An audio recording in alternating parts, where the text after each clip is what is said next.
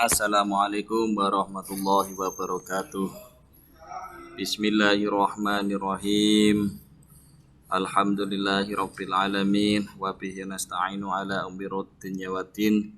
Wassalatu wassalamu ala asyrafil anbiya'i wal mursalin sayyidina wa maulana Muhammad wa ala alihi wa ashabihi ajma'in. Amma ba'd.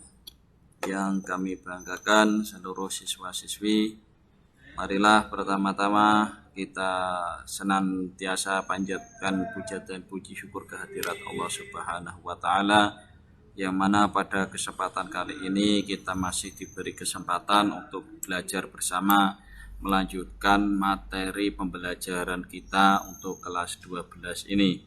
Sholawat dan salam tak lupa kita haturkan kehadirat kita ke Nabi Agung Nabi Muhammad SAW. Semoga senantiasa kita berusaha untuk melaksanakan apa yang menjadi sunnahnya kita di akhir zaman, di yaumil kiamah, diakui sebagai umatnya dan mendapatkan syafaatul utma. Amin Allahumma amin. Pada kesempatan kali hari ini kita akan melanjutkan setelah pertemuan kemarin membahas tentang tajwid Quran surat Al-Luqman ayat 13 dan 14. Pada hari ini kita akan mengupas tentang penjelasan atau isi dari Quran surat Luqman ayat 13 dan 14 dan hadis terkait tentang saling menasihati, meneruskan bab 5 ini.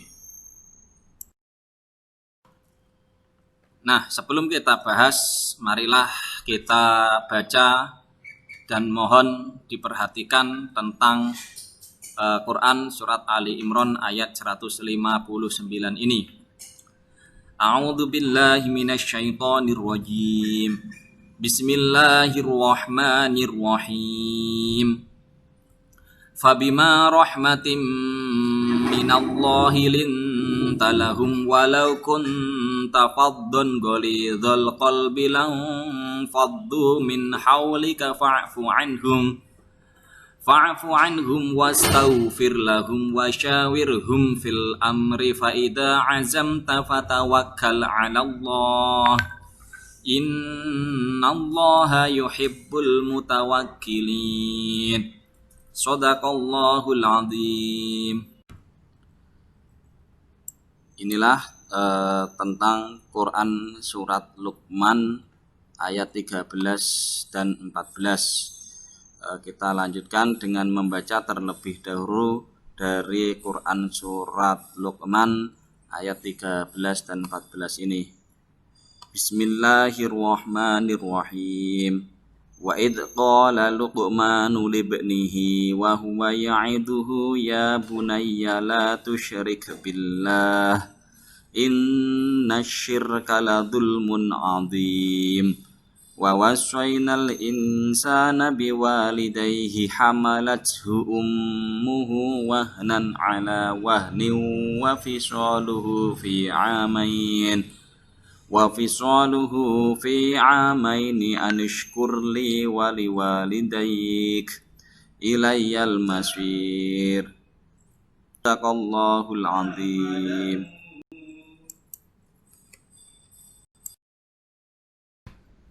Selanjutnya kita bahas tajwid yang berada pada Quran surat Ali Imran ayat 159. Yang pertama pada lafaz atau kalimat fabima. Di situ terdapat hukum bacaan mat tabi'i. Ya, karena ada fathah diikuti alif. Yang namanya mat tabi'i adalah ketika ada fathah fathah diikuti alif, kasroh diikuti ya sukun, kemudian domah diikuti wawu sukun yang tidak bertemu hamzah, tasdid ataupun huruf yang bersukun. Pada kalimat rahmatim mina, ya di situ terdapat idgham biguna, yang mana alasannya adalah tanwin diikuti huruf mim. Yang disebut idgham biguna adalah ketika ada nun sukun atau tanwin bertemu dengan huruf 4, ya non mim wawu. Pada lafaz linta, ya di situ terdapat bacaan ikhfa hakiki dengan alasan yaitu non sukun diikuti huruf ta. Yang namanya ikhfa hakiki yaitu ketika ada nun sukun bertemu dengan salah satu, nun sukun atau tanwin bertemu dengan salah satu huruf 15, yaitu ta, sa, jim, dal, dal, za, shin, shin, shot, dot, to, do, fa, kof, kaf. Ya. Kelanjutannya adalah kalimat faddon golido, yaitu terdapat bacaan idhar halqi. Ya. Yang disebut idhar halqi yaitu adalah ketika ada nun sukun atau tanwin bertemu dengan huruf halqi, hamzah, ha, kha, ain, goin. Pada lafadz lan faddu itu terdapat bacaan ikhfa karena adanya nun sukun diikuti huruf fa. Tadi sudah kita bahas apa itu ikhfa hakiki. Pada lafadz min haulika terdapat hukum bacaan idhar, ya, dengan alasan yaitu adanya nun sukun diikuti huruf ha, huruf ha, bukan ha. Ya, tadi kita sudah bahas apa itu idhar halqi. Kemudian pada anhum wastaghfir, di situ ada bacaan idhar syafawi karena ada mim sukun diikuti huruf wawu. Yang namanya idhar syafawi yaitu adalah ketika ada mim sukun bertemu selain dengan mim dan ba. Fil amri, ya, di situ hukum bacaannya adalah idhar komari atau disebut juga alif lam komariyah karena adanya alif lam sukun diikuti huruf hamzah. Kemudian pada kalimat alallahi yaitu terdapat bacaan lam jalalah yang disebut lam tafkhim atau bacaan tafkhim dengan alasan adanya lafadz jalalah Allah yang didahului fathah.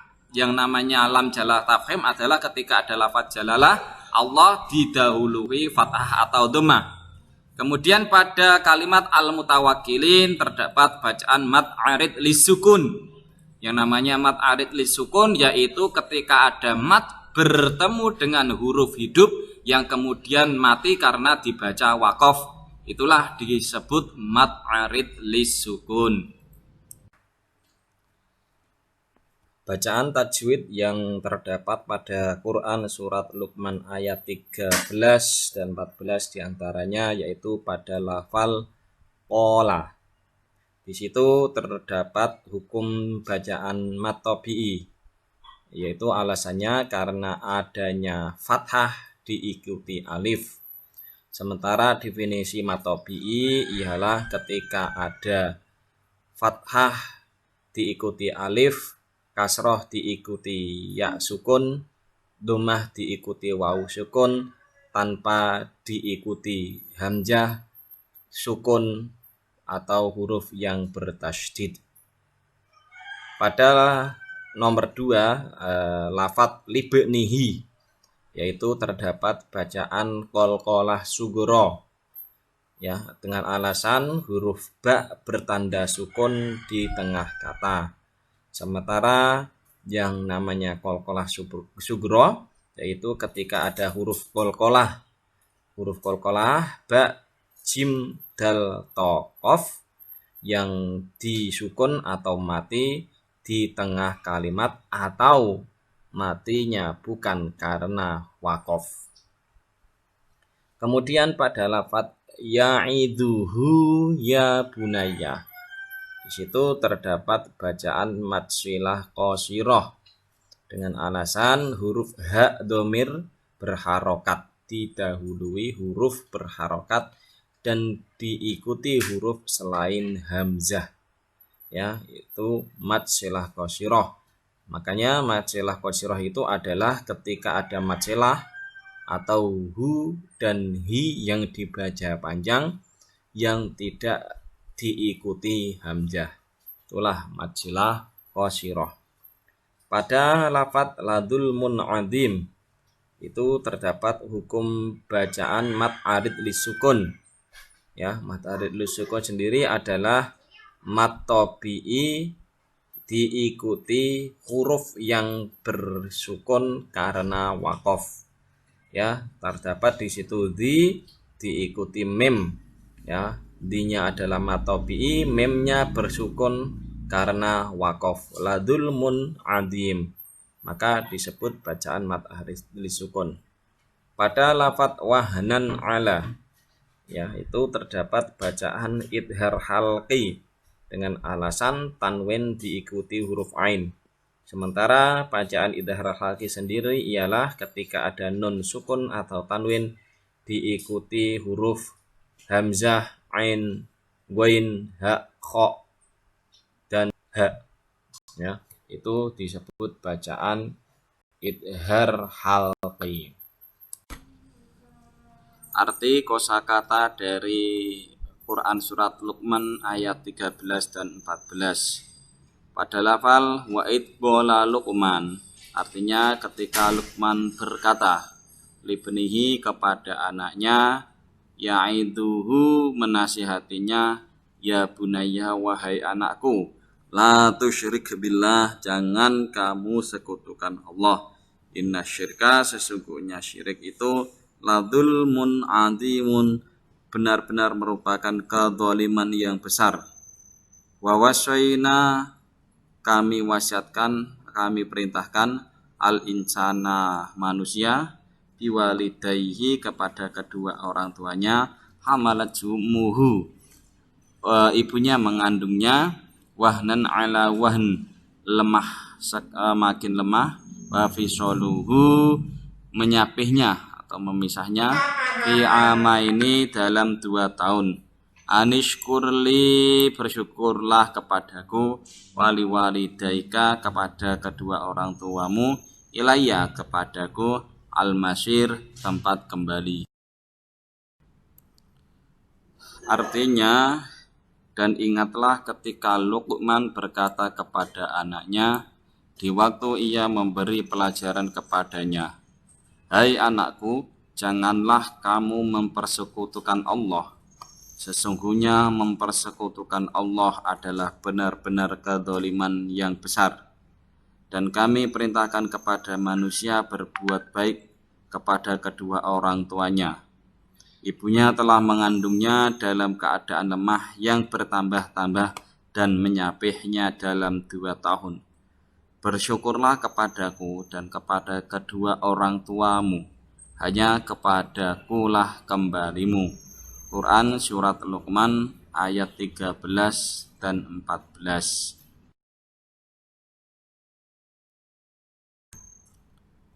Asbabun nuzul atau sebab turunnya Quran surat Luqman ayat 13 dan 14 ini adalah tentang permasalahan sahabat Nabi, yaitu Sa'ad bin Abi Waqqas, yang mana pada saat Sa'ad bin Abi Waqqas memeluk agama Islam, namun ibunya tidak setuju. Bahkan ibunya berkata kepada Sa'ad, ya, wahai Sa'ad, telah sampai informasi kepadaku bahwa engkau telah condong atau pindah ke agama Muhammad. Demi Allah, aku tidak akan berteduh dari teriknya matahari dan angin yang berhembus. Aku tidak akan makan dan minum hingga engkau mengingkari Muhammad dan kembali kepada agamamu sebelumnya. Ya, karena Sa'ad bin Abi Waqqas ini adalah anak yang dicintainya, namun ya, Sa'ad enggan untuk menyetujui apa yang dikatakan ibunya, dan ibunya menjalani itu semua selama 3 hari dalam keadaan tidak makan, tidak pula minum, serta tidak berteduh, sehingga Sa'ad pun mengkhawatirkannya. Lalu Sa'ad datang menemui Nabi Muhammad SAW dan mengadukan sikap ibunya kepadanya. Maka turunlah ayat ini, yaitu Quran surat Luqman ayat 13 dan 14.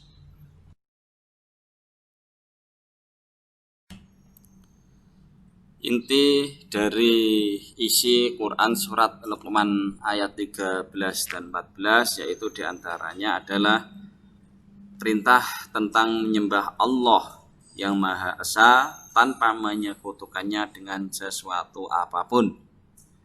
Yang selanjutnya adalah perintah untuk berbuat kepada orang tua, berbuat baik kepada orang tua. ibunya telah mengandungnya dalam keadaan lemah yang bertambah lemah. Ya, jadi selain kita menyembah kepada Allah, di situ juga terlampir perintah bahwasanya kita harus berterima kasih dan berbuat baik kepada kedua orang tua. Selanjutnya, bersyukurlah kepada Allah dan kepada kedua orang tua. Ya, mengembalikan segala urusan kepada Allah Subhanahu wa taala. Hadis yang terkait tentang perintah saling menasihati, diantaranya kita bisa perhatikan yaitu hadis yang diriwayatkan oleh Imam Muslim yang bersumber dari Abi Sa'id Al-Khudri. An Abi Sa'id Al-Khudri radhiyallahu anhu qala sami'tu Rasulullah sallallahu alaihi wasallam yaqul man ra'a minkum munkaran falyughayyirhu biyadihi fa illam yastati' fa bi lisanihi fa illam yastati' fa bi qalbihi wa dzalika adhaful iman, yang artinya dari Abu Sa'id Al-Khudri radhiyallahu anhu berkata, aku mendengar Rasulullah sallallahu alaihi wasallam bersabda, barang siapa di antara kalian melihat sesuatu kemungkaran, maka hendaklah mengubahnya dengan tangannya. Jika tidak mampu, maka dengan lisannya. Dan jika tidak mampu, maka dengan hatinya. Yang demikian itu adalah selemah-lemahnya iman. Dari hadis ini kita bisa belajar bahwasanya tingkatan yang paling utama dan pertama adalah kita berjuang dengan tangan. Maksud tangan di sini bisa diartikan dengan kekuasaan.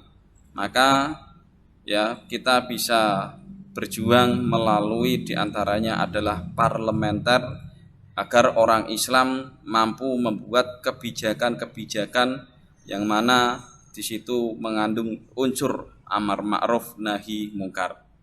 Namun jika tidak demikian, maka kita bisa menggunakan dengan lisan. Artinya kita saling menasihati antara satu orang dengan orang lainnya. Namun jika demikian tidak bisa karena suatu hal mungkin takut atau lain sebagainya, maka dengan hatinya.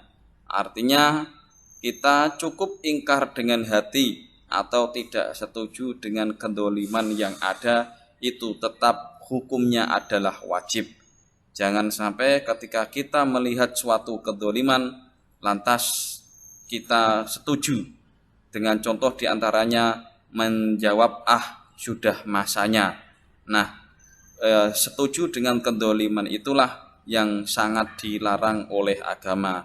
Maka ya tidak setuju atau hati tidak setuju dengan adanya kedzaliman tersebut, kita menunjukkan bahwasanya kita masih termasuk orang-orang yang beriman. Demikian pembahasan kita tentang tajwid yang terkandung dalam Quran Surat Ali Imran ayat 159. Kurang lebihnya dari saya mohon maaf. Wal-afu minkum. Walhamdulillahi rabbil alamin. Wassalamualaikum warahmatullahi wabarakatuh. Demikian materi pada pertemuan kali hari ini. Kurang lebihnya mohon maaf. Wallahu a'lam bishawab wal afu minkum. Kita tutup dengan bacaan hamdalah. Alhamdulillahi rabbil alamin. Wassalamualaikum warahmatullahi wabarakatuh.